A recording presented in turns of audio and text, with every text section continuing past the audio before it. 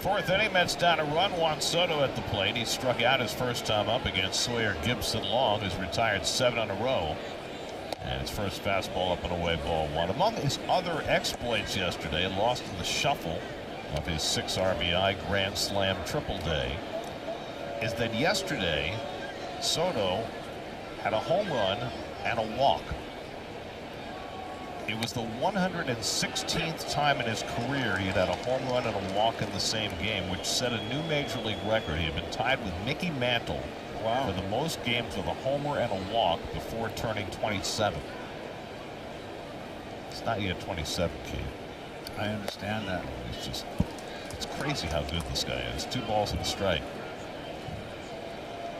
We're seeing something special, and he is not even in his prime. And you said it yesterday, and I hadn't really thought about it up until that point, but he's really put himself in the MVP conversation. If he has a big September, he's got a chance. I mean, Ohtani obviously is outpacing everybody in OPS, and he's pitching again, so it's hard to get past that.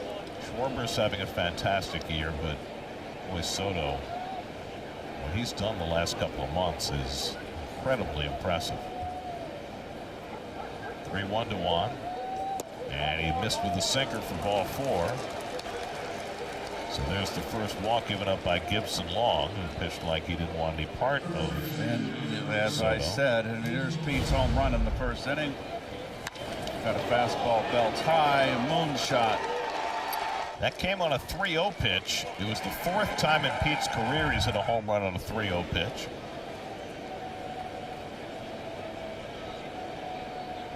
Soto getting a big lead, not going, and it's outside ball 1. It also was Pete's first ever home run at Comerica Park. I think he now has maybe 2 other ballparks that he hasn't homered in. There he goes. He's creeping. He's got the big lead, and there he goes. That's just unbelievable. And Diggler with no chance. Soto steals his 27th base of the year. It's just unbelievable. I can't fathom it. I mean, he actually timed that one pretty good. That's what Antoine Richardson is teaching these base runners, the tell where a pitcher is going to be going to the plate and where the point of no return is. And they're getting jumps like nobody's ever got jumps before. No. I mean, that's 90%, crazy, right? That's nuts. 90%, and they're throwing out 33%. Torrens is throwing out 40%. 2-1 to Alonso, and Pete chops one to third, handled there by McKinstry, and the throw is off the bag, but Torkelson touches up. So Soto's still at second with 1 out. And guys, the thing that blows people away internally is just how hard Soto works at this behind the scenes. Antoine Richardson said that daily Soto will seek him out and say, all right, let's go. Let's look at the iPad.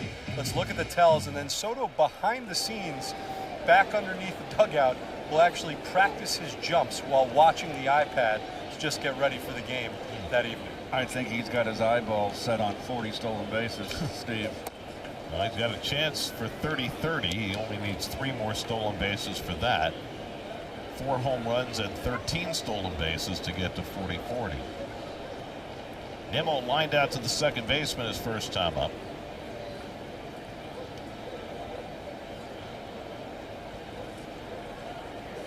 There's a good breaking ball by Gipson-Long, 1-1. By the way, I was talking about Alonso at ballparks he has not homered in. Now that he's homered in Detroit, that leaves him 3 parks: Toronto, Seattle, and surprisingly enough, Pittsburgh, where the Mets play every year.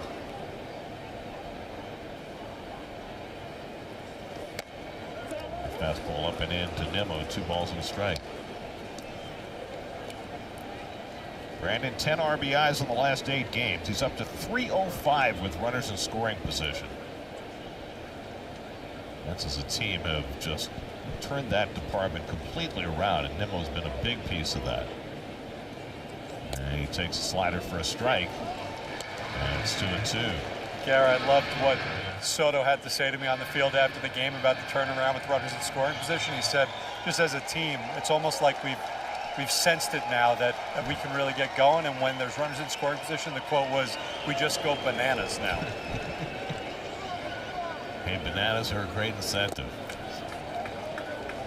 Down to Nimmo with Vientos on deck. One of my favorite Woody Allen movies. Savannah Bananas? Was that the movie where Cosell was interviewing both of them? Oh, she didn't hurt me. That was such a funny scene.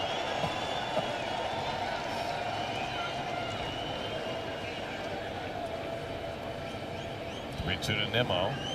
And he hits it sharply past Torres, base hit. Soto to third. He'll be held up there as Carpenter gets it in quickly. Brandon Nimmo, another hit with a runner in scoring position. And the Mets have runners at the corners with one out. Brandon's now hit in 9 straight games. Sinker that didn't get it away enough. Just didn't. It sunk a little bit, but it was just down the middle. Brandon's now hitting came into the game hitting 305 with runners in scoring position, so he's up there. It's not Vientos, who struck out his first time up. First and third, one out. Middle infielders back at double play depth. Big hole on the right side for Vientos. And Mark takes one up and away for ball 1. And you better pay attention to Nimmo. Nimmo hasn't been stealing much, but he's 12 stolen bases on the year, only caught once. And Vientos is a double play candidate.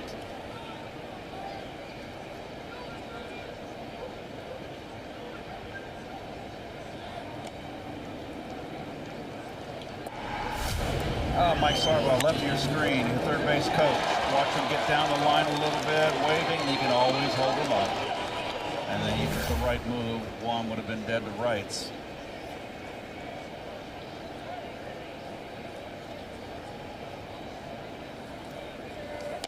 Vientos takes upstairs, and it's 2-0. So Gibson Long, after holding the Mets at bay other than Alonso's home run first time through the order, finds some trouble second time through. He hasn't thrown more than 77 pitches in a game this year. They will not go along with him. But Brandon's itching to go. Slider misses away, and now it's 3-0 to Vientos with Jeff McNeil waiting on deck. So would you give Vientos a hit sign? He's got to run a sinker up there.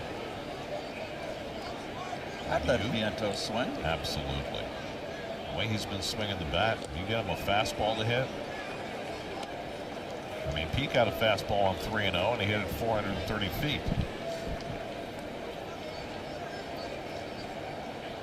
Vientos had 8 home runs in his last 15 games. But he takes it outside, ball 4, and now the bases are loaded. So Gibson Long has walked a pair, bracketing the base hit by Nimmo. And the Mets have a bases loaded opportunity with Jeff McNeil coming up. And the pitching coach, Chris Fetter, will head out to the mound to talk to Sawyer Gibson Long. You just cannot walk people when the Mets are at the top of the order. Soto led off with the walk. You cannot give free passes with the top of this order, the top half of this order. It's too deadly. Mets past and present come together as Dwight Gooden and Clay Holmes talk about their shared experiences playing for both the Mets and Yankees. The latest Mets Flip the Script, presented by Tri-State Cadillac. Check it out now on SNY's YouTube page. A very long conversation. Well, Vientos was the guy he wanted. Now he's going to face the tough left-hand hitter and a line drive hitter in McNeil, who's been clutch all year. He's got that torpedo bat. Is that? I forgot the name of it. He's Jeff's still using it. You can call it a torpedo. I call it a bowling pin. Okay. Either way. Flat out to left his first time up. Bases loaded, 1 out. And he takes first pitch changeup inside for ball 1. All of a sudden, Gibson Long, who had been so precise with his pitches, filling the strike zone, He's having trouble. He's thrown 5 in a row out of the strike zone. Well, this is the first time he's thrown from the stretch this inning, and he hasn't been comfortable. McNeil pulls one into right field for a base hit. Soto is in. Nimmo to third. He'll be held up there. Jeff McNeil ties the game with an RBI single. It's 2-2. 48 RBIs now for McNeil, and the Mets keep the line moving. Well, when you got a pitcher out there struggling, walk 2 batters, bases loaded, and he misses on the first pitch, you're in the catbird seat.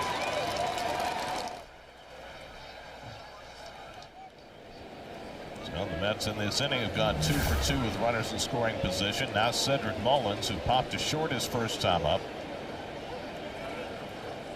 And Mullins takes inside, ball 1. Cedric trying to snap an 0 for 16 stretch, trying to get the Mets the lead. Nimmo at third, Vientos at second, McNeil at first, still only 1 out. Mullins not an easy guy to double up. Yeah, you can't throw strikes. You're falling behind with the dip-de-doo pitches. Change up, now a breaking ball that missed, and now a change up. What are you going to do with the sacks drunk? 2-0. Mullins has 4 career grand slams. All of them were hit at Camden Yards.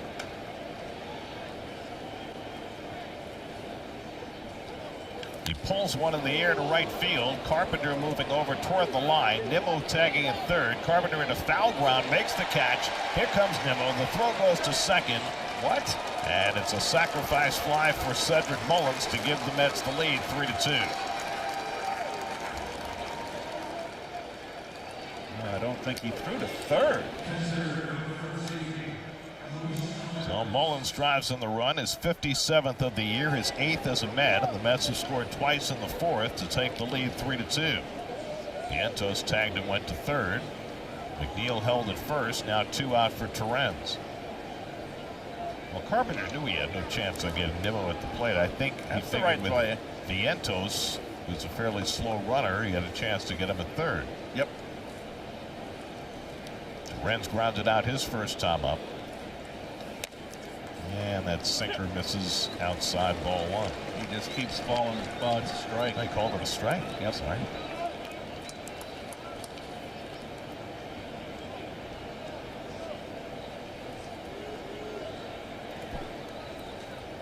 McNeil a very short lead at first. And Torrens swings over the breaking ball, and it's 0-2. This offense has just been absolutely on fire over the last 3 weeks or so. Now, if the pitching could just do its share.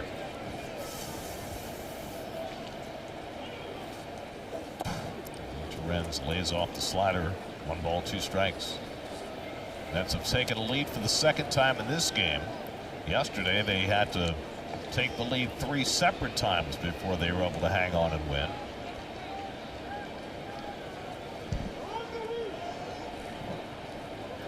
28th pitch of the inning coming for Gibson Long. McNeil dancing off first now.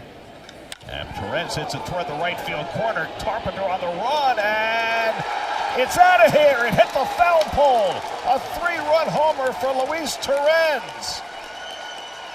Torrens going the other way and just kept it fair off the pole for a 3-run homer, his 5th of the year, and the Mets lead it 6-2 in the 4th.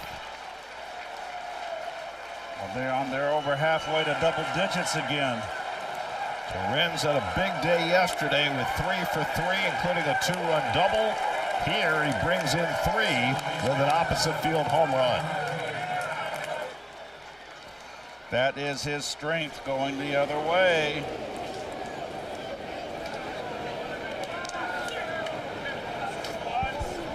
So the Mets with a 5-run inning.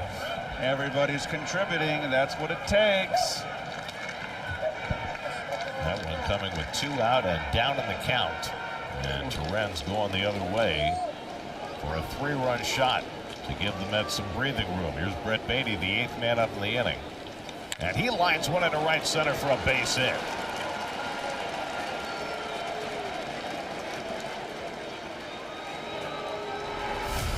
Here's the pitch, up and away, and went right. Look at the level swing, and right with it, behind in the count, and there it is. Boink. Nice little Lee Trevino fade right there. By the way, as the Tigers kill some time, looks like they're going to make a pitching change. Did you see the home run at Fenway Park last night? I did not. It was Trevor Story hit it. It was slicing toward the pesky pole. John Kensey Noel was the right fielder for the Guardians. He reached out his glove. He tipped it off his glove, off the pesky pole, back into his glove, and then dropped it. They originally called it a foul ball, and then on review they realized that it hit the pole off his glove. So and it's a called home it a run, yeah. One of the shortest home runs you're ever going to see. It's only 302 down the line. And he got the assistance of the glove to tip it off the pole. Well, they're not making the change yet. They've got action going in the bullpen. But Francisco Lindor will be the 9th man up in the inning against Gibson Long. Beatty at first. And Lindor swings and misses at a first pitch slider, 0-1. And Beatty's got 7 stolen pillows. Now we've got double barrel action in the bullpen. Chris Paddock, who has just moved from the rotation to the bullpen, along with Bailey Horn. He's showing his stripes. Horn was just called up today. Beatty dancing off the bag, not going, and Dingler thought about throwing behind him and held on to it. 1 ball, 1 strike. Hey guys, a note. Continuing on with the theme this inning, all of the Mets hits this inning have come off the 4-seam fastball. That has been the turnaround this month, and they're continuing it on with a big inning here in the 4th. It's very baseball 101, hitting 101, Steve. You know, you're going to get a fastball. Even if you got a breaking ball pitcher out there, you're going to get a heater.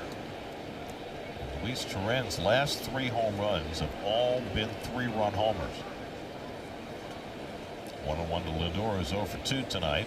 Beatty again dancing, and he goes. The throw by Dingler on a hop, it gets away, and Beatty's got a stolen base, his 8th of the year. Just let him get too big a lead. Well, it gives the catchers no chance. No, I mean, look, you can't. Oh, well, I mean, minor leagues, they got to start teaching these pitchers how to hold runners on. Or they're going to go out there where they're going to steal their pants off. But we haven't seen any team take advantage the way the Mets have. Nobody else is doing this that we've seen. As Gibson Long strikes out Lindor to end the inning, the Mets put up a 5 spot in the 4th inning and lead at 6-2 in Detroit.